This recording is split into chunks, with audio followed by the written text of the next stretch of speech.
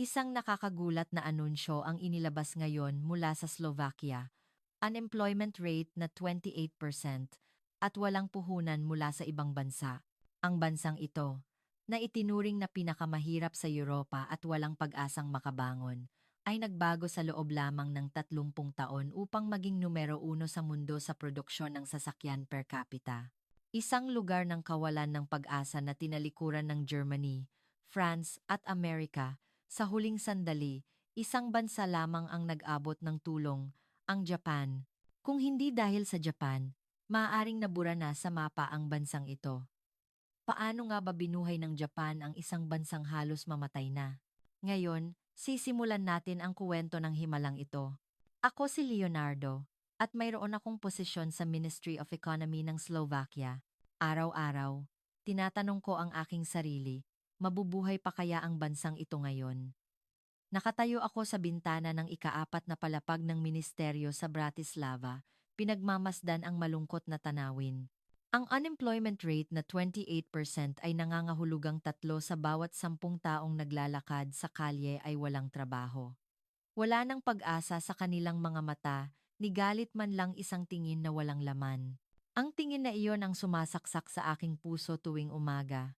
Sa aking mesa, nakatambak ang 6 na proposal para sa pamumuhunan na ipinadala ko sa mga kumpanya sa Europa at Amerika sa loob ng nakaraang 2 taon. Ngunit 3 lamang ang bumalik, lahat ay mga liham ng pagtanggi na magalang na isinulat.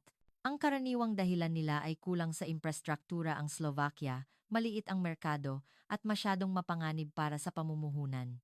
Sa labas ng bintana, natatanaw ko ang mga guho ng isang pabrika ng armas na dating ipinagmamalaki ng bansa. Ngayon, kinakalawang na mga tarangkahan at basag na bintana na lamang ang natitira. Matapos ang malaking pagbabago sa sistema noong 1989 at ang pagkawala ng malaking merkado ng Soviet Union, namatay din ang aming mga pabrika. Mula noon, unti-unting bumagsak ang bansa. Sa pulong sa umaga, pumasok si Minister of Economy Marek na may mabigat na ekspresyon. Inihagis niya sa mesa ang pinakabagong ulat ng GDP. Ang growth rate na 0.01% ay halos katumbas na ng zero growth. Sinabi ni Marek na tuluyan na tayong pinabayaan ng European Union at wala nang darating na tulong. Ngunit inaasahan ko na ito, kaya hindi ako nakasagot. Tinatakan kami ng EU bilang isang failed state, at habang mabilis na nakabangon ang Poland, Czech Republic at Hungary, ang Slovakia lamang ang naiwan. Naging ulila kami ng Europa. Ang mga kabataan ay nagsimulang umalis patungong Germany at UK, at mga matatanda na lamang ang naiwan. Tila unti-unting nawawala ang kinabukasan ng bansa. Sa isang emergency meeting ng hapon, mas nakakagulat ang balita mula sa Ministry of Finance. Bumagsak na sa peligrosong antas ang ating foreign reserves at sa loob ng 6 na buwan, hindi na natin mababayaran kahit ang sahod ng mga empleyado ng gobyerno. Tumahimik ang buong silid, walang makapagbigay ng solusyon. Nang gabing iyon, mag-isa akong naiwan sa opisina. Binabasa isa-isa ang mga dokumento sa aking mesa, mga istatistika ng walang trabaho, listahan ng mga nagsarang kumpanya, bilang ng mga lumipat sa ibang bansa. Lahat ng numero ay sumisigaw ng kamatayan ng bansa. Ano ang silbi ng aking posisyon kung wala akong magawa para iligtas ang aking bansa? Biglang pumasok si Elena, ang aking sekretarya, kahit gabi na, at iniabot sa akin ang isang fax. Galing ito sa isang trade agency sa Austria, nagsasabing isang malaking kumpanya mula sa Japan ang naghahanap ng production base sa Europa. Kaunti lamang ang alam ko tungkol sa Japan, isang maliit na bansa sa Asia na dumanas ng matinding pinsala noong World War II. Narinig ko rin ang mga usap-usapan na umuunlad sila sa larangan ng sasakyan at electronics at naghahanda ng pumasok sa merkado ng Europa. Sigurado ba ang impormasyong ito? Tanong ko. Tumango siya at sinabing nakikipag-ugnayan na rin ang Poland at Hungary. Sa sandaling iyon, naramdaman kong bumilis ang tibok ng puso ko. Baka ito na ang huling pagkakataon. Ngunit mabilis akong bumalik sa realidad. Bakit pipiliin ng isang kumpanyang Hapon ang Slovakia? Wala kaming mga highway, luma ang aming mga tren, at wala kaming daungan. Sa lahat ng aspeto, dehado kami kumpara sa Poland at Hungary. Nang gabing iyon, habang nakahiga sa sofa ng opisina at nakatitig sa kisame, nag-isip ako, kailangan kong makumbinsi ang Japan. Ito na ang huling pagkakataon. At kung mabibigo ako, dito na talaga magtatapos ang Slovakia. Nagising ako ng 4:00 ng madaling araw at nagsimulang magsulat ng proposal para sa kumpanyang hapon. Sinubukan kong hanapin ang aming mga kalakasan, ngunit ang mababang sahod, masisipag na manggagawa, at akses sa merkado ng Europa ay mga bagay na mayroon din ang ibang bansa. Ang tanging baraha ko ay ang aming desperasyon. Lubog na kami at handang gawin ang lahat para mailigtas ang bansa. Mag-aalok kami ng lupa, magbibigay ng tax exemption, at handa pa kaming baguhin ang aming mga batas. Pagsikat ng araw, nakita ko ang mga taong papasok sa trabaho na may mabibigat na hakbang. Alam nilang bumabagsak na ang bansa. Alam ko ring paubos na ang oras ko. Nang iulat ko kay Minister Marek ang posibilidad ng pamumuhunan mula sa Japan, nagpakita siya ng kaunting pag-asa ngunit mabilis ding umiling at sinabing maliit ang posibilidad. Pero sulit na subukan, sabi ko. Mula sa araw na iyon, nagsimula akong magsaliksik sa library, tumawag sa embahada, at pag-aralan ang tungkol sa Japan. Isa itong bansang bumangon mula sa abo ng digmaan. Mula sa isang sitwasyong halos walang pag-asa, lumago sila at naging isa sa mga pinakamalaking ekonomiya sa mundo. Baka may pagkakatulad kami sa mga Hapon. Mahirap, dumanas ng digmaan, at pinabayaan. Ngunit sila ay nakabangon, habang kami ay hindi. Baka maintindihan kami ng Japan. Bilang isang bansang nakaranas ng parehong sakit, baka sila ang mag-abot ng tulong. Kahit alam kong malabo, umasa ako. Nakabuo ako ng noy-ni-noy-noy. Pahinang proposal. Isinulat ko ang lahat tungkol sa Slovakia, ang aming kasaysayan, kasalukuyan, at ang desperadong hiling para sa hinaharap. Sa huling pahina, idinagdag ko ang isang sulat kamay na mensahe, pinabayaan kami ng Europa, ngunit hindi kami sumusuko. Ang mga mamamayan ng Slovakia ay masisipag at handang matuto. Bigyan niyo lang kami ng pagkakataon at hindi namin kayo bibiguin. Pakiusap, bigyan niyo kami ng pagkakataon. Ipinadala ko ang proposal sa 17 pangunahing kumpanya sa Japan, ngunit hindi ako sigurado kung may sasagot. Ang magagawa ko lang ay maghintay. Lumipas ang 1 buwan, walang sagot. Sa 2 buwan, wala pa ring balita. At unti-unti na akong napapagod. Tuwing umaga, tinatanong ko si Elena kung may tumawag, ngunit palagi siyang umiiling. Bumalik na naman ako sa pagtitig sa mga walang kwentang dokumento. Umabot na sa 2.1% ang unemployment rate at dumami ang mga palaboy sa kalye. Patuloy pa ring umaalis ang mga kabataan at malapit nang maging negatibo ang aming GDP. Dumating ang balita mula sa EU headquarters na pinag-aaralan nilang isailalim ang Slovakia sa isang structural adjustment program, isang deklarasyon ng pagkabangkarote ng bansa. Nagiging pabigat na kami sa Europa. Nang parahadi ang gumbisi sa pa. Ngunit isang hapon, nagmamadaling pumasok si Elena sa aking opisina. Humihingal, iniabot niya ang isang fax. Isang kumpirmasyon mula sa trade agency sa Austria. Isang malaking kumpanya ng sasakyan mula sa Japan ang seryosong pinag-aaralan ang pagpasok sa Europa at kasama ang Slovakia sa listahan ng mga kandidato, kasama ang Poland, Hungary at Czech Republic. Nasa maagang yugto pa lamang ito, ngunit kinukuha na nila ang saloobin ng bawat gobyerno. 3 beses kong binasa ang fax. Hindi ako makapaniwala. Seryoso ba talaga ang kumpanyang Hapon sa amin? Nanginginig ang aking mga kamay. Agad akong tumawag sa embahada ng Japan at kinumpirma ng embahador ang balita. Isang malaking kumpanya ang naghahanap ng lugar para sa kanilang pabrika sa Europa at kasama ang Slovakia sa pinagpipilian. Pagkababa ng telepono, tumingin ako sa labas. Tila mas lumiwanag ang langit ng Bratislava. Siguro guni-guni ko lang, ngunit matagal na panahon na mula noong nakaramdam ako ng ganitong pananabik. Siyempre, nananatiling mahirap ang katotohanan, mas lamang ang Poland at Hungary. Mas maayos ang kanilang infrastruktura, mas malaki ang merkado, at mas matatag ang politika. Napakaliit ng tsansang mapili ang Slovakia, pero hindi ako maaaring sumuko. Baka ito na ang huling pagkakataon. Kung darating ang kumpanyang Hapon, baka mailigtas pa ang bansang ito. Wala kaming luho na pumili. Kung mabibigo kami ulit, katapusan na ng bansa, kung pipiliin kami ng Japan, isa itong himala. Nang gabing iyon, nakatulog ako ng mahimbing sa unang pagkakataon sa mahabang panahon. Sa halip na bangungot, na naginip ako isang panaginip kung saan may mga pabrika, nagtatrabahong mga tao, at mga batang tumatawa.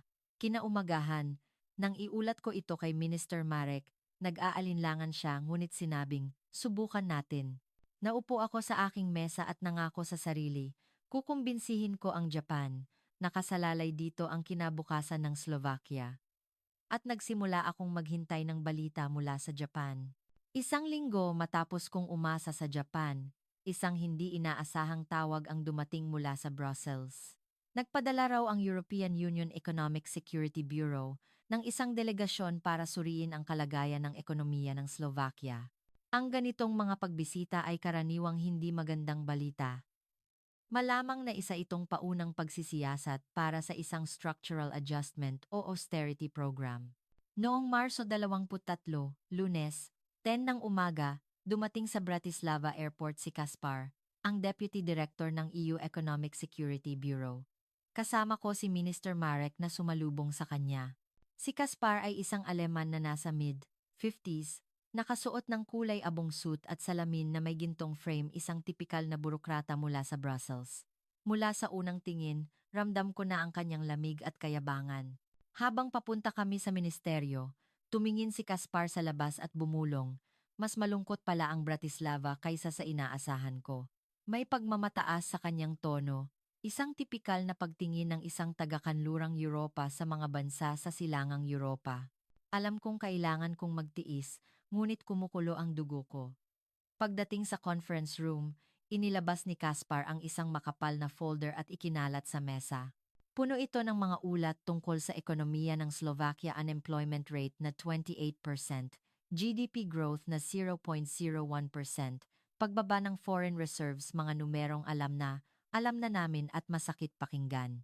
Tumingin siya sa amin sa likod ng kanyang salamin at sinabing, mas malala ang sitwasyon ng ekonomiya ng Slovakia kaysa sa inaasahan ng EU. Sumagot si Minister Marek, alam namin ang bigat ng sitwasyon at naghahanap kami ng iba't ibang solusyon. Ngunit ngumisi lamang si Kaspar at umiling. 3 taon nang walang konkretong nagawa ang Slovakia.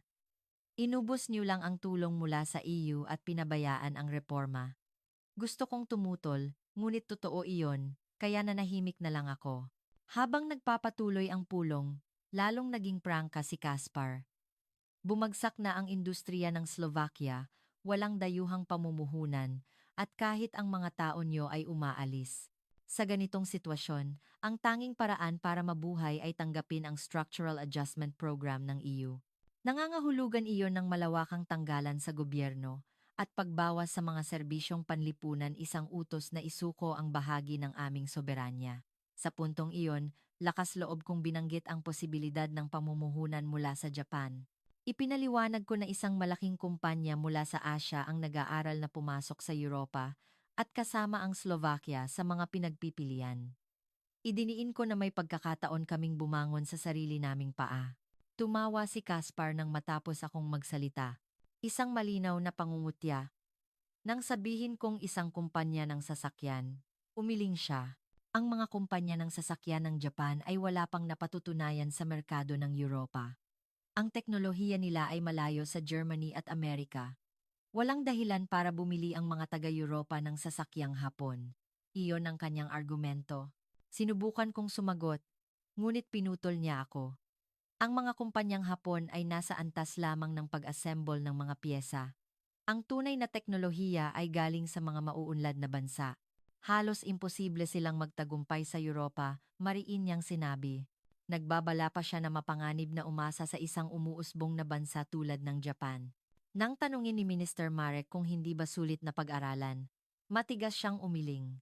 Ang kailangan daw ng Slovakia ngayon ay pamumuhunan mula sa isang subok na kumpanyang Europeo, hindi isang pakikipagsapalaran sa isang hindi tiyak na kumpanya mula sa Asya. Kung tatanggapin ninyo ang kumpanyang Hapon at mabigo kayo, lalo lang babagsak ang Slovakia, babala niya. Bawat salita ni Kaspar ay yumuyurak sa aming pag-asa. Hindi ko na napigilan at nagtanong ako, kung ganoon, paano kami tutulungan ng EU? Tumahimik siya sandali at malamig na sumagot, sapat na ang naitulong ng EU. Panahon na para managot ang Slovakia.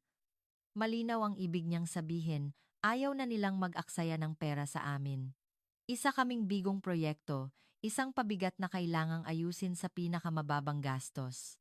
Habang nililigpit ang kanyang mga dokumento, sinabi ni Kaspar na dapat harapin ng Slovakia ang katotohanan at tanggapin ang plano ng EU, sa halip na umasa sa isang hindi tiyak na partner tulad ng Japan. Mas naging awkward ang hapunan. Habang kumakain ng tradisyonal na pagkaing Slovak, patuloy siyang nagsalita mula sa isang Eurocentric na pananaw.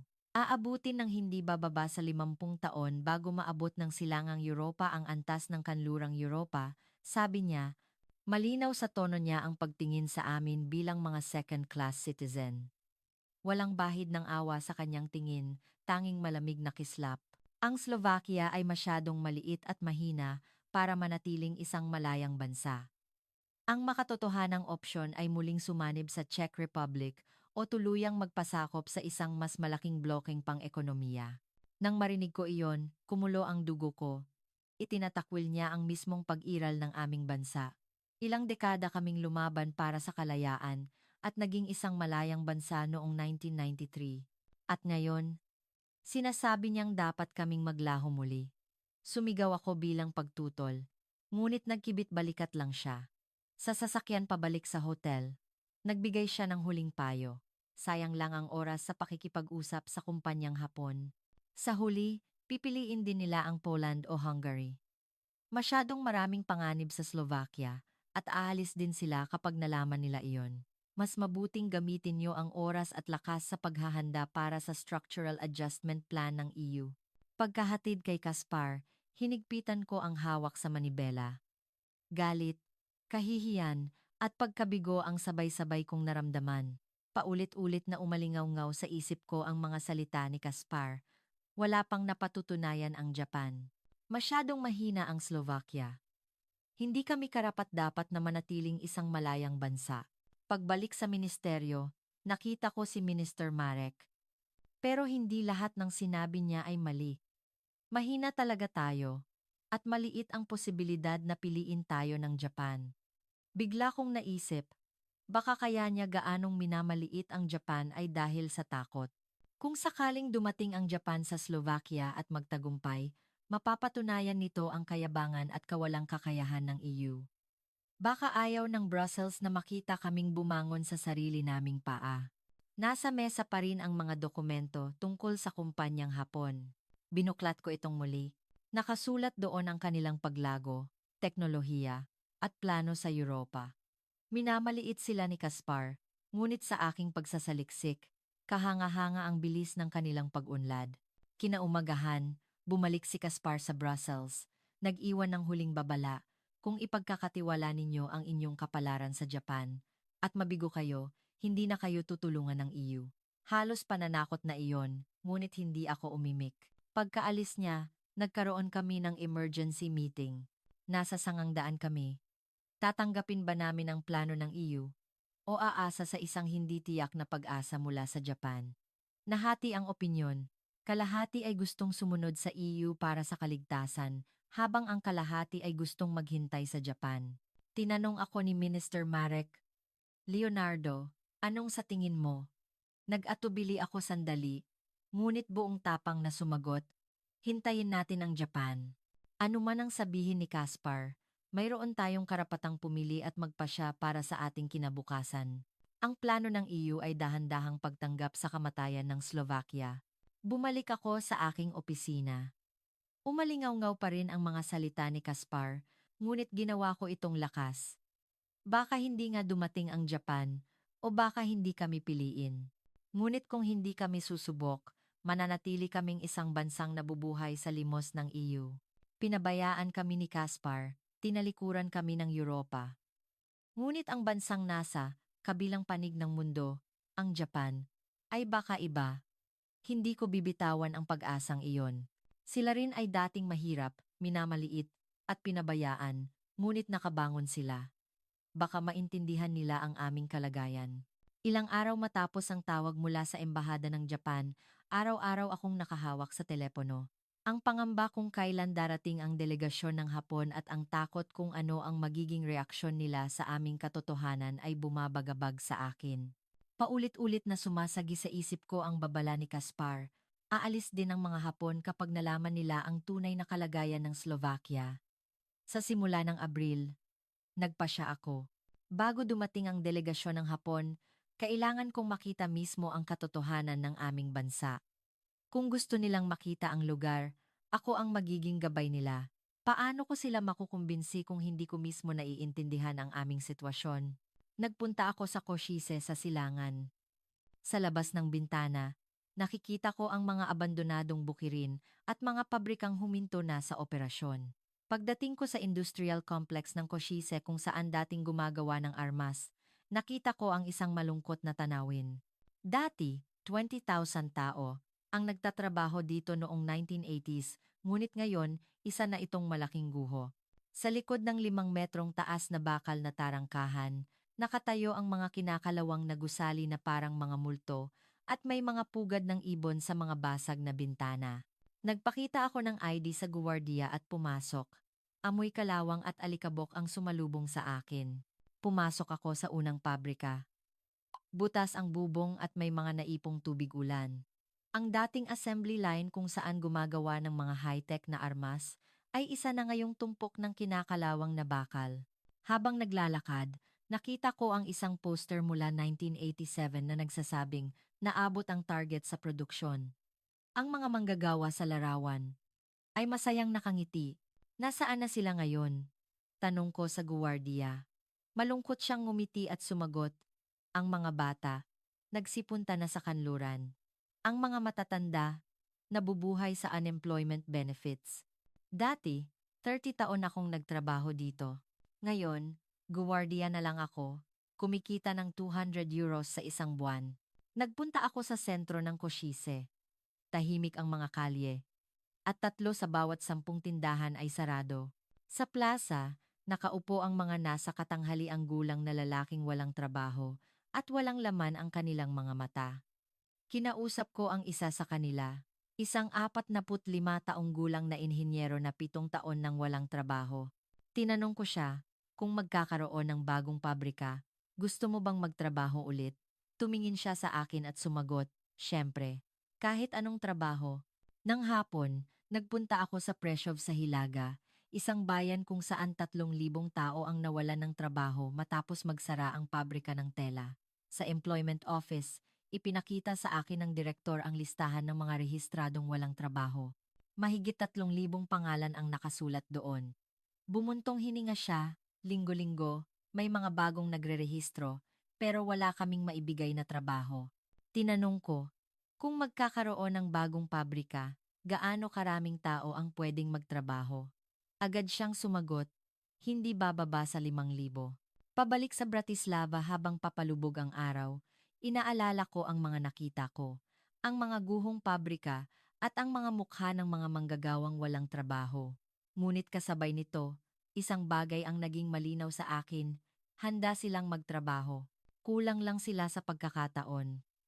Pagdating sa Bratislava, dumiretso ako sa opisina. Nagkaroon ako ng conclusion kung ano ang ipapakita sa delegasyon ng Hapon, pareho.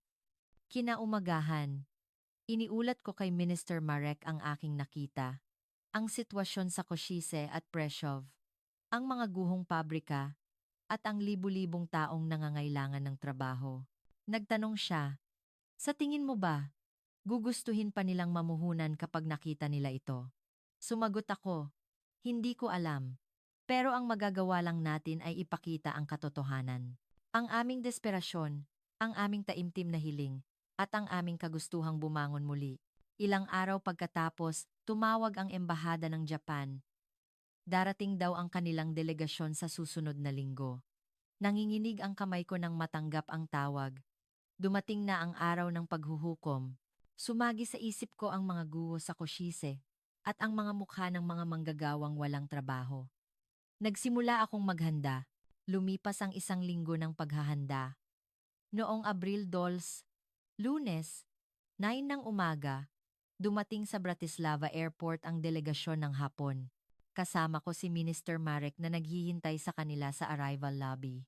Halos sumabog ang puso ko sa kaba. Ang mga taong ito ang magpapasya sa kapalaran ng Slovakia. Bumukas ang arrival gate at lumabas ang 7 Hapon.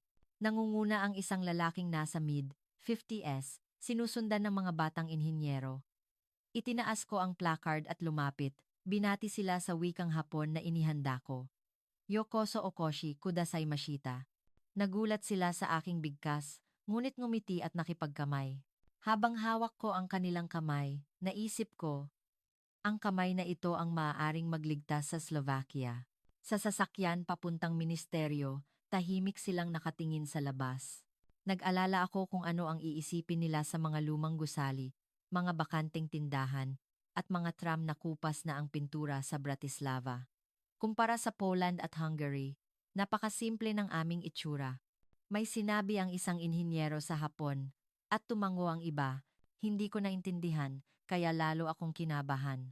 Pagdating sa conference room, inilagay ko sa mesa ang mga materyales na pinagpuyatan kong ihanda sa loob ng 1 linggo, isang 90 pahinang presentasyon tungkol sa ekonomiya, lakas paggawa, lokasyon, at mga insentibo sa buwis ng Slovakia. Binuksan ko ang projector at ipinakita ang unang pahina Slovakia. Ngunit ang unang tanong ng pinuno ng delegasyon ay walang kinalaman sa presentasyon. May highway ba mula Bratislava hanggang Košice? Tanong niya. Natigilan ako sandali ngunit tapat na sumagot, wala po. Sa ngayon, isang two-lane na kalsada lang at inaabot ng 4 na oras. Tumango siya at nagsulat, paano ang tren? Muli akong sumagot ng tapat, mayroon po, pero itinayo noong 1960s. Mabagal at limitado ang kayang dalhin. Paano ang access sa daungan? Ang Slovakia po ay isang landlocked country.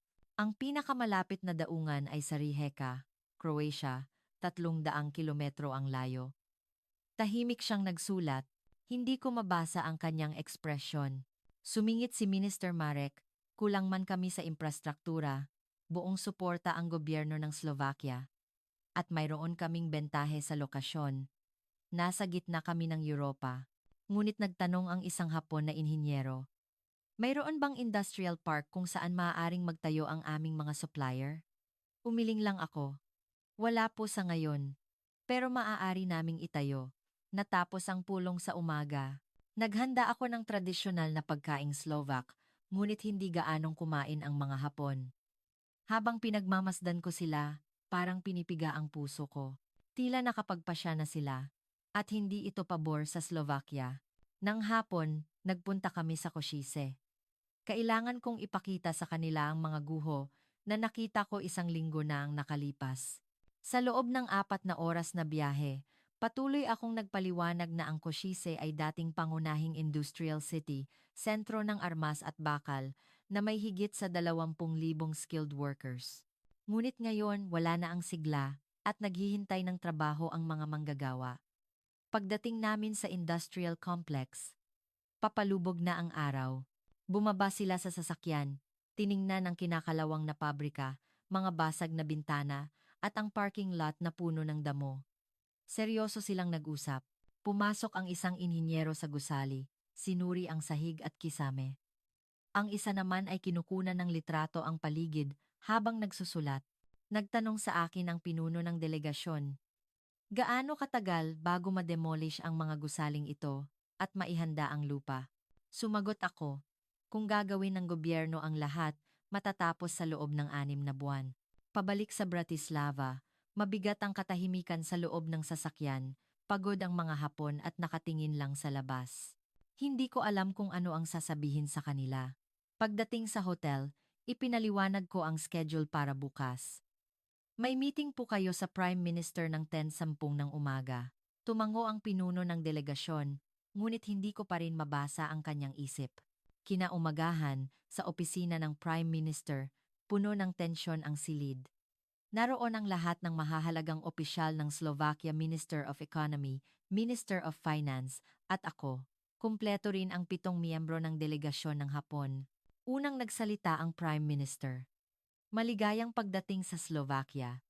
Taos-puso naming tinatanggap ang mga kumpanyang Hapon. Mismong siya ang nagpaliwanag ng sitwasyon ng bansa, ang 28% unemployment rate, ang pag-alis ng mga kabataan, ang bumagsak na industriya. Ngunit idiniin din niya ang aming mga kalakasan. Ang lokasyon sa gitna ng Europa, ang masisipag na manggagawa, ang mababang sahod, at higit sa lahat, ang buong suporta ng gobyerno. Ibibigay namin ang anumang suportang hilingin ng kumpanyang Hapon, pangako niya, ngunit nanatiling seryoso ang mga mukha ng delegasyon. Habang tumatagal, lalong lumamig ang usapan. Ikinumpara nila kami sa Poland. Ang Poland ay may mga highway, access sa daungan sa Baltic Sea, at 7 beses na mas malaki ang merkado kaysa sa Slovakia. Paano kayo makikipagkumpetensya? Sinubukang sumagot ni Minister Marek ngunit natigilan. Dahil totoo iyon. Dehado kami sa lahat ng aspeto. Dahan-dahang nagsalita ang pinuno ng delegasyon. Naiintindihan namin ang inyong passion. Ngunit sa totoo lang, malaking problema ang kakulangan sa infrastruktura. Kahit magtayo kami ng pabrika, malaki ang magiging dagdag na gastos sa transportasyon ng mga pyesa at tapos na produkto. Malaking pabigat ito sa negosyo. Napayuko ako. Walang masabi si Minister Marek. Tapos na, naisip ko. Biglang tumayo ang Prime Minister. Kinuha niya ang isang piraso ng papel sa mesa, isang blankong papel. Inilagay niya ito sa harap ng delegasyon at nanginginig na nagsalita. Kung kailangan niyo ng lupa, ibibigay namin ng libre. Bibigyan namin kayo ng 50 tax exemption. Kung walang highway, gagawa kami kahit kailangan naming tibagin ang bundok. Ibibigay namin ang lahat ng mayroon ang gobyerno ng Slovakia. Lalong lumakas ang boses ng Prime Minister. Pakiusap, iligtas niyo ang aming mga mamamayan. Naghihingalo na ang Slovakia.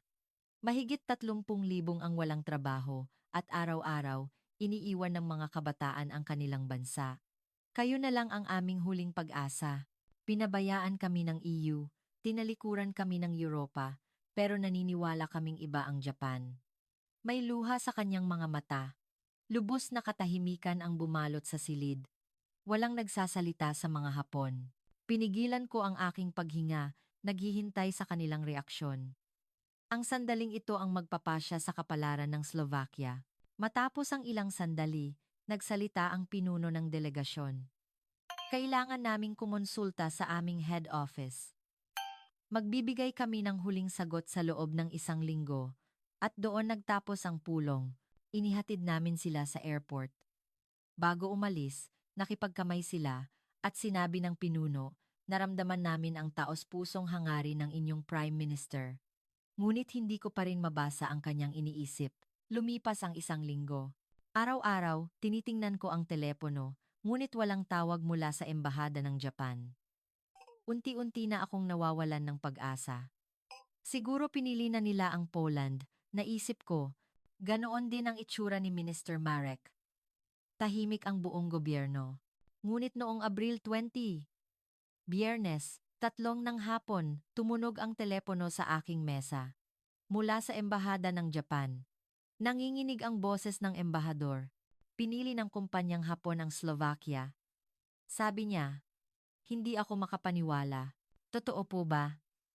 Tanong ko. Oo, totoo, sagot niya. Ayon sa kanila, si Vice President Yamamoto mismo ang nag-anunsyo sa board meeting. Pipiliin natin ang pagiging desperado kaysa sa mga kondisyon. Naantig daw sila sa determinasyon ng mga taga-Slovakia at sa katapatan ng inyong Prime Minister. Ang infrastruktura ay maaaring itayo. Ang mahalaga ay ang kagustuhang magtulungan. Sabi raw niya. Idinagdag pa ni Yamamoto. Ang Japan ay bumangon din mula sa wala. Naniniwala akong kaya rin itong gawin ng Slovakia. Pagkababa ng telepono, tumakbo ako sa opisina ni Minister Marek. Pinili tayo ng Japan. Sigaw ko. Tumayo siya at hinawakan ako sa balikat. Totoo ba? Tanong niya. Tumanggo ako habang umiiyak. Umiyak din si Marek. Ilang sandali kaming nakatayo ng walang imik.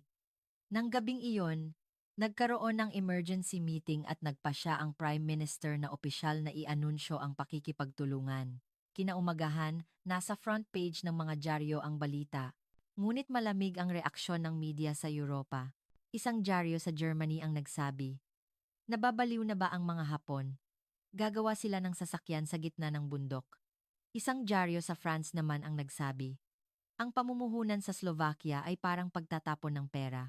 Isang analyst sa UK ang nagpredict na mabibigo ang proyekto sa loob ng 3 taon.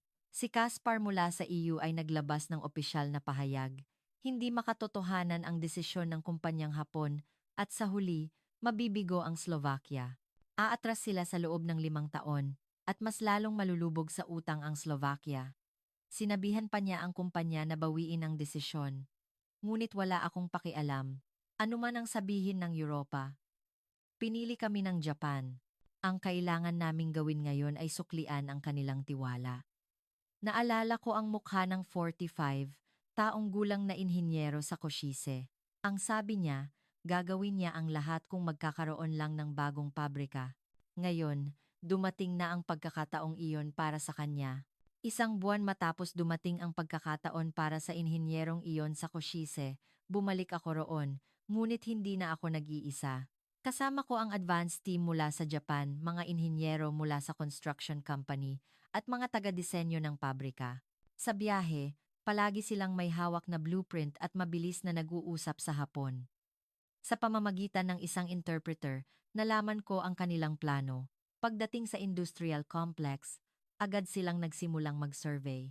Nagtatrabaho sila mula 6 ng umaga hanggang 10 ng gabi, walang pahinga. Sinuri nila isa-isa ang mga guhong gusali at nagpasya kung ano ang uunahing i-demolish. Sinabi sa akin ng isang inhinyero, "Sa loob ng 3 buwan, patag na ang lupang ito at sisimulan na namin ang pundasyon." Nagulat ako. Sinabi ng mga construction company sa Slovakia na aabuting iyon ng hindi bababa sa 8 buwan.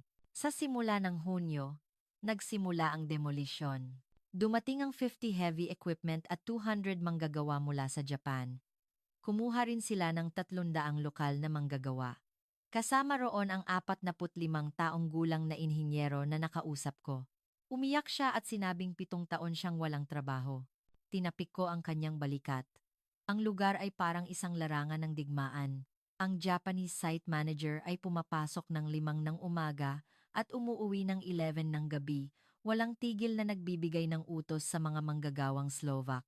Sa simula, kailangan pa ng interpreter. Ngunit makalipas ang 1 buwan, natuto na sila ng mga salitang Slovak tulad ng mabilis, ingat, at check, at direkta ng naguutos. Gulat na gulat ang mga lokal na manggagawa sa bilis ng mga Hapon. "Natutulog pa ba sila?" sabi ng isa sa akin. "Araw-araw, bago pa sumikat ang araw, nandito na sila at gabi na umuuwi. Kahit weekend, nagtatrabaho sila."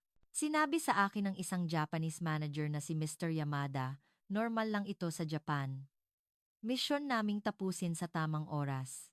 Nagsimula ang tag-init at umabot sa 35 degrees Celsius ang temperatura. Mahirap ang trabaho, ngunit hindi sila tumigil. Sa halip, ginawa nilang 4 ng umaga ang simula ng trabaho para maiwasan ang init. Nagpapahinga lang sila mula 2 hanggang 4 ng hapon at pagkatapos ay trabaho ulit hanggang 10 ng gabi. Noong una, hindi maintindihan ng mga manggagawang Slovak, ngunit kalaunan, nakasabay na rin sila. Sa kalagitnaan ng Agosto, natapos ang demolisyon 2 linggo bago ang deadline. Agad ipinag-utos ng site manager ang pagsisimula ng pundasyon. Habang binubuhos ang semento, lalo akong namangha. Bawat linggo, ibang-iba na ang itsura. Itinayo ang pundasyon, ikinabit ang mga bakal, at mabilis na tumaas ang mga pader. Nang lumamig ang panahon sa taglagas, lalo pang bumilis ang trabaho. Dumating ang dagdag na 100 manggagawa mula sa Japan. Ngayon, 300 Hapon at 500 Slovak ang magkakasamang nagtatrabaho. Sa kantin, sabay na inihahain ang pagkaing Hapon at Slovak. Kahit hindi magkaintindihan, nagkakaintindihan sila sa pamamagitan ng senyas. Kilala ang Slovakia sa matinding taglamig, ngunit hindi nag-alala ang Japanese manager. Malamig din sa Japan. Kahit 20 degrees, tuloy ang trabaho. Hindi ako makapaniwala, ngunit totoo ngang hindi sila tumigil. Noong Nobyembre, bumagsak ang temperatura. Nag-snow at sobrang lamig ng hangin. Iminungkahi ng mga manggagawang Slovak na bawasan ang oras ng trabaho, ngunit hindi pumayag ang mga Hapon. Sa halip, binigyan sila ng karagdagang damit panlamig at nagtayo ng mga tent na may heater. Nagbibigay din sila ng mainit na tsaa at bawat 2 oras, may 15 minutong pahinga para magpainit. Isang araw, bumuhos ang malakas na snow. Mahigit 30 sentimetro ang kapal. Pagpunta ko sa site, puti ang lahat. Sinabi ng mga Slovak supervisor na dapat magpahinga. Ngunit naglabas ng mga snowplow ang Japanese manager. Sa loob ng 2 oras, inalis nila ang snow at ipinagpatuloy ang trabaho. Naisip ko, hindi ba talaga sila marunong tumigil? Pagpasok ng bagong taon, bumisita ako sa site at nakita ang isang kamangha-manghang tanawin. Ang lugar na dating guho, 8 buwan lang ang nakalipas, ay isa na ngayong naglalakihang pabrika. Hindi pa tapos, ngunit halos kumpleto na ang balangkas. Ginagawa na ang bubong. Ipinasyal ako ng isang inhinyerong Hapon sa loob. Mas malaki pa ito sa 10 football field. Mahigit 15 metro ang taas ng kisame. Dito ang assembly line, doon ang painting facility, at sa kabila ang inspection area, paliwanag niya. Lahat ay ayon sa plano. Nagsimula na ang pag-install ng mga kagamitan. Dumating ang mga container mula sa Japan na naglalaman ng mga makina para sa assembly line na tumitimbang ng ilang tonelada. Kailangan ng espesyal na kasanayan para install ang mga ito. Ang mga eksperto mula sa Japan ang nagturo sa mga manggagawang Slovak. Kahit may language barrier, nagkakaintindihan na sila sa pamamagitan ng senyas at blueprints. Nang matunaw ang yelo at uminit ang panahon, lalo pang bumilis ang trabaho. Nagtakda ng bagong target ang Japanese manager. Matapos ang pabrika sa Hunyo at simulan ang test operations 5 buwan na mas maaga sa orihinal na plano. Iniulat ko ito kay Minister Marek. Hindi ka panipaniwala ang bilis ng mga Hapon. Ang pabrika na sinabi ng mga European company na aabutin ng 3 taon ay tatapusin nila sa loob ng 1 taon at 1 buwan. Nagtanong si Marek, posible ba talaga yan? Tumango ako, kung sila ang pagbabasehan, mukhang posible. Pinayagan ng kumpanya na bisitahin ng mga taga-Koshise ang site. Mahigit 3,000 tao ang dumating. Namangha sila nang makita ang dating guho na naging isang bagong-bagong pabrika. Isang matandang babae ang nagsabi sa akin, hindi ko alam kung panaginip ba ito o totoo. Umiyak siya at sinabing nakabalik na sa trabaho ang kanyang anak. Nagsimula ang landscaping. Isang Japanese expert ang dumating para magtanim ng mga puno at damo. Habang tinitingnan ko ito, napuno ng emosyon ang aking dibdib. 1 taon na ang nakalipas, hindi ko ito maiisip. Sa simula ng Hunyo, itinakda ang petsa ng inaugurasyon, Hunyo 25. Darating ang chairman mula sa Japan at ang prime minister ng Slovakia. Inimbitahan din namin ang mga kinatawan mula sa EU. Kasama si Kaspar sa listahan, ngunit hindi ako sigurado kung darating siya. 1 linggo bago ang seremonya, sinuri ko ang site. Ang lugar na dating guho ay isa na ngayong state-of-the-art na pabrika ng sasakyan. Kumpleto na ang assembly line at sinusubukan na ang mga robot arm. Kumikinang ang painting facility. Sinabi sa akin ng site manager, napakagaling ng mga manggagawang Slovak. Kung hindi dahil sa kanilang kasipagan, hindi namin ito matatapos ng ganito kabilis. Nakita ko muli ang 45 taong gulang na inhinyero. Isa na siyang team leader na may 20 miyembro. Hindi na sayang ang 7 taon kong paghihintay, sabi niya. Salamat at nakapagtrabaho akong muli bilang inhinyero. Hinawakan ko ang kanyang kamay. Kami ang dapat magpasalamat, sabi ko. Noong umaga ng Hunyo 5, puno ng tao ang lugar. Naroon ang Prime Minister at ang kanyang gabinete, ang chairman at mga opisyal ng kumpanya. Dumating din ang 5,000 residente ng Koshise. Nakakagulat, naroon din si Kaspar mula sa EU. Walang ekspresyon ang kanyang mukha habang tinitingnan ang pabrika. Nagbigay ng talumpati ang chairman dahil sa dedikasyon ng mga mamamayan ng Slovakia at sa suporta ng gobyerno, nagawa natin ang imposible. Ang pabrika na ito ay gagawa ng 3D 9,000 sasakyan kada taon, lilikha ng 5,000 direktang trabaho at 20,000 indirect na trabaho. Sumunod ang Prime Minister. Binigyan tayo ng Japan ng pagkakataon at hindi natin ito sinayang. Ito ay hindi lang isang pabrika, kundi simbolo ng muling pagbangon ng Slovakia. May luha sa kanyang mga mata. Pagkatapos ng ribbon cutting, pinindot ang start button at dahan-dahang gumalaw ang assembly line. Nagpalakpakan ang lahat. Ang ilan ay nagsigawan. Tumingin ako kay Kaspar. Wala pa ring ekspresyon, ngunit tila bahagyang nanginig ang kanyang tingin. Pagkatapos ng seremonya, nilibot ko ang pabrika. 1 taon at 1 buwan na ang nakalipas, isa itong kinakalawang na guho. Ngayon, isa na itong lugar na puno ng pag-asa. Ang ipinakita ng mga Hapon ay hindi lang teknolohiya sa konstruksyon. Ito ay ang determinasyong huwag sumuko. Isang pasyon na gawing posible ang imposible. At ang pasyon na iyon ang nagpabangon sa Slovakia. Kinaumagahan pagdating ko sa opisina, may mga dokumento mula sa kumpanyang Hapon. Isang plano para sa pagpasok ng 12 nilang supplier company sa Slovakia. Nagulat ako. Halos lahat ng supplier para sa upuan, gulong, salamin, electronics, piyesa ng makina ay susunod.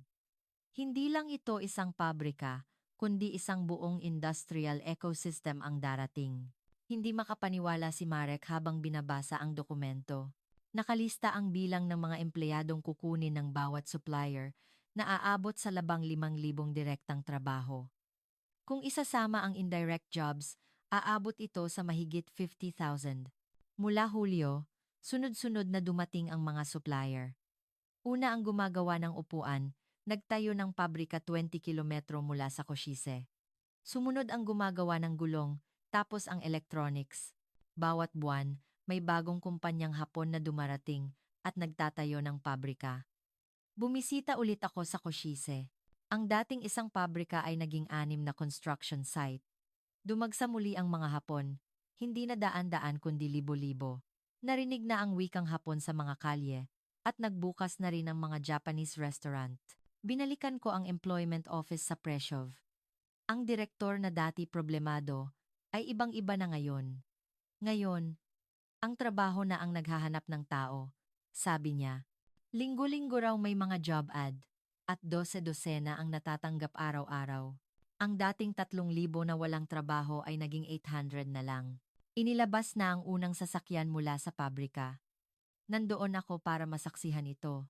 Isang puting sedan ang dahan-dahang lumabas mula sa assembly line. Nagpalakpakan ang mga manggagawang Slovak. Nagsigawan din ang mga Japanese manager. Umiyak ako habang tinitingnan ang sasakyan. Hindi lang ito isang sasakyan, kundi simbolo ng muling pagbangon ng Slovakia. Sa unang buwan, 100 ang nagawa. Sa ikalawa, 500. Sa ikatlo, mahigit 1,000. Patuloy na tumaas ang produksyon habang nasasanay ang mga manggagawa. Sa loob ng 1 taon, 80,000 sasakyan ang nagawa sa Slovakia. Nagsimulang magbago ang mga economic indicator. Bumaba ang unemployment rate sa rehiyon mula 28% patungong 40%. Huminto ang pag-alis ng mga kabataan. Sa katunayan, nagsimula nang bumalik ang mga nasa Germany at UK. Umabot na sa 100,000 ang taunang produksyon. Nagsimula na ring mag-operate ng buo ang mga supplier. Nakagawa ang pabrika ng upuan ng 3,000 upuan sa isang araw. Ang pabrika ng gulong, 10,000 gulong. Ang GDP ng Slovakia, sa unang pagkakataon, ay nagtala ng positibong paglago 2%. Isang himala kung iisipin na 0.1% lang ito 2 taon na ang nakalipas. Sinabi sa akin ng Minister of Finance, 70% ng paglagong ito ay dahil sa industriya ng sasakyan sa Košice. Imposible ito kung wala ang Japan. Nagpa siya ang kumpanya na mag-expand. Nagdagdag sila ng puhunan para itaas ang kapasidad sa 300,000 sasakyan kada taon. Nagdiwang ang buong Slovakia. Nagpatawag ng press conference ang Prime Minister para pasalamatan ang Japan. Nagsimula ang konstruksyon ng ikalawang pabrika sa tabi ng una. Natapos ito sa loob lang ng 6 na buwan. Hindi pa rin nagbabago ang bilis ng mga Hapon. Nang mag-operate ang ikalawang pabrika, 3,000 pa ang natanggap, bumaba sa ilalim ng 10% ang unemployment rate sa rehiyon. Mas marami na ang job ad kaysa sa naghahanap ng trabaho. Nakatanggap ako ng isang ulat tungkol sa industriya ng sasakyan sa Europa. May isang numerong nakakagulat. Ang produksyon ng sasakyan per 1,000 katao sa Slovakia ay 198 numero 1 sa buong mundo. Mas mataas pa sa Germany, Amerika, at maging sa Japan. Isang maliit na bansa na may 5.4 milyong populasyon ay gumagawa na ngayon ng halos 1 milyong sasakyan kada taon. Dinala ko ang ulat kay Minister Marek. Natulala siya. 4 na taon na ang nakalipas. Wala tayong nagagawa, sabi niya. Nang gabing iyon, nagmaneho ako papuntang Košice. Naalala ko ang una kong pagbisita noong Abril 1998. Isang lugar na puno ng kalawang, walang trabaho, at kawalan ng pag-asa. Ngayon, ibang-iba na. Maliwanag ang mga ilaw ng pabrika, at pauwi na ang mga manggagawa mula sa kanilang shift. Buhay na buhay ang mga kalye. Nakita ko muli ang inhinyerong nakausap ko. Ngayon, 4 na siya at manager na ng production department. 3 beses na mas malaki ang sahod niya. Higit sa lahat, mayroon na akong dangal, sabi niya. Ipinagmamalaki kong ang mga sasakyang ginagawa ko ay tumatakbo sa buong Europa. Tinanong niya ako, inasahan niyo po ba ito 4 na taon na ang nakalipas? Tapat akong sumagot, hindi. Hindi ko akalain na ganito kabilis at kalaki ang magiging pagbabago. Hindi ko inakala na ganito ang gagawin ng Japan para sa amin. Sabi ng inhinyero. Ang anak ko, nag-aaral ng mechanical engineering. Pagka-graduate, gusto niyang magtrabaho dito. 7 taon na ang nakalipas. Gusto niyang pumunta sa Germany. Pero ngayon, gusto niyang manatili sa Slovakia. Dahil alam niyang may kinabukasan dito. Uminit ang puso ko. Ito ang regalong ibinigay sa amin ng Japan, hindi lang pabrika o trabaho, kundi pag-asa. Tiwala sa hinaharap, at kumpiyansang kaya naming bumangon muli. Pagbalik sa ministeryo, nagsimula akong gumawa ng ulat para sa Prime Minister. Isinulat ko ang lahat ng pagbabago sa loob ng 4 na taon. Ngunit ang pinakamahalagang pagbabago ay hindi masusukat ng numero. Ang pagbabago sa puso ng mga tao mula sa kawalan ng pag-asa tungo sa pag-asa, mula sa pagsuko tungo sa tiwala sa sarili.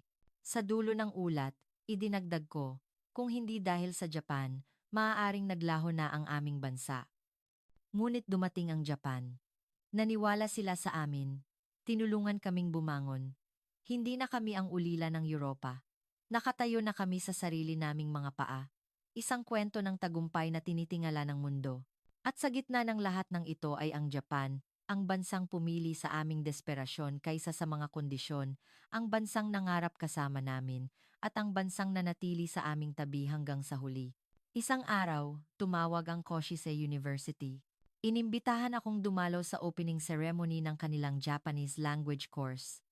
Pumayag ako. Pagdating ko, nagulat ako. Mahaba ang pila ng mga estudyante. Para sa isang klase na may OT slot, 200 ang nag-apply. Puno ang silid-aralan. Isang guro mula sa Japan ang nagsimulang magsulat ng hiragana sa pisara. A, I, U, A, O. Masigasig na nagsusulat ang mga estudyante. Sa gitna ng klase, isang estudyante ang nagtanong, bakit po napakasipag ng mga Hapon? Hindi lang ito tungkol sa bilis, kundi sa paraan ng pamumuhay. Dahil sa naranasan naming kahirapan, natutunan naming pahalagahan ang oras. Pagkatapos ng klase, kinausap ako ng ilang estudyante. Nanonood po ako ng J-dramas araw-araw, sabi ng isa. Gusto ko nang manood ng walang subtitle. Ang isa naman, isang engineering student, ay gustong magtrabaho sa kumpanyang Hapon.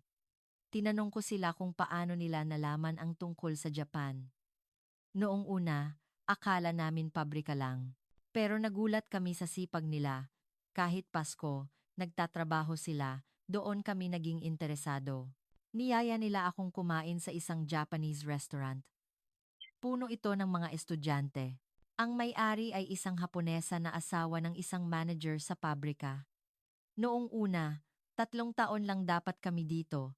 Pero nagustuhan na namin at gusto na naming manirahan dito habang buhay, sabi niya. Salamat po sa pagpili sa Japan noon. Umiling ako.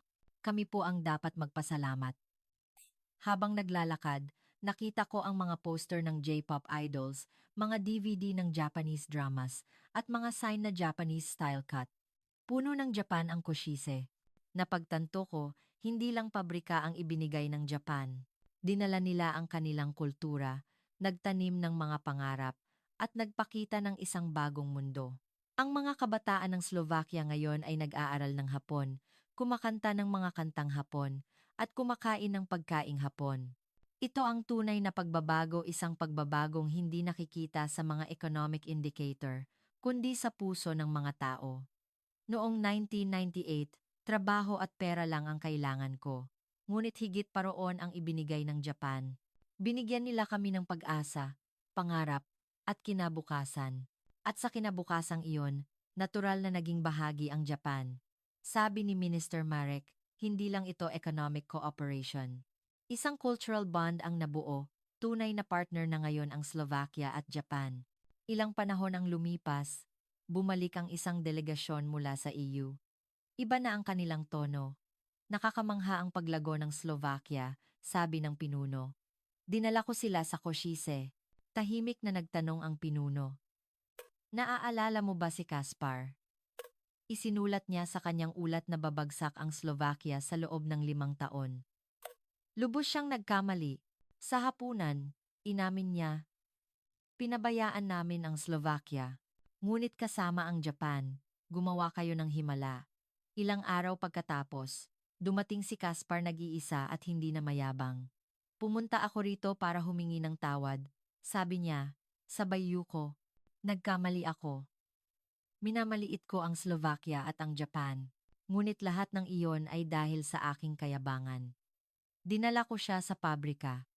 Kinausap niya ang isang manggagawa na dati 7 taong walang trabaho. Ano ang ibinigay sa inyo ng Japan? Tanong ni Kaspar sa akin. Sumagot ako. Pag-asa. Ang tiwalang kaya naming bumangon muli. Tumango siya. Isang bagay na hindi na ibigay ng EU. Pagkaalis ni Kaspar, pinansin na ulit kami ng European media ngayon, puro papuri na, ang himala ng silangan, sabi ng isang dyaryo. Nakatayo ako sa bintana ng ministeryo, pinagmamasdan ang masiglang Bratislava. Tumabi sa akin si Minister Marek. Nagawa natin, sabi niya. Umiling ako. Ang Japan ang gumawa nito. Ngumiti siya, sabay nating ginawa. Naalala ko ang desperasyon ko noong 1998. Ang Japan, ang aming huling pag-asa. At dumating sila. Naniwala sila sa amin. Isinulat ko ang huli kong ulat na may titulong, Ang Himala ng Slovakia at ang Japan. At sa huling linya, isinulat ko, ang ibinigay sa amin ng Japan ay hindi pabrika, kundi kinabukasan. At ang kinabukasang iyon ay nagsisimula pa lang. Natutunan ko na ang himala ay hindi nangyayari ng mag-isa. Ito ay bunga ng desperadong hiling ng Slovakia, ng tiwala ng Japan, at ng aming pagtutulungan. Kung nahaharap ka sa kahirapan, tandaan mo, hindi iyan ang katapusan, kundi maaaring isang simula. May isang taong maniniwala sa iyo, at ang tiwalang iyon ang lilikha ng himala. Nakabangon ang Slovakia. Kaya mo rin.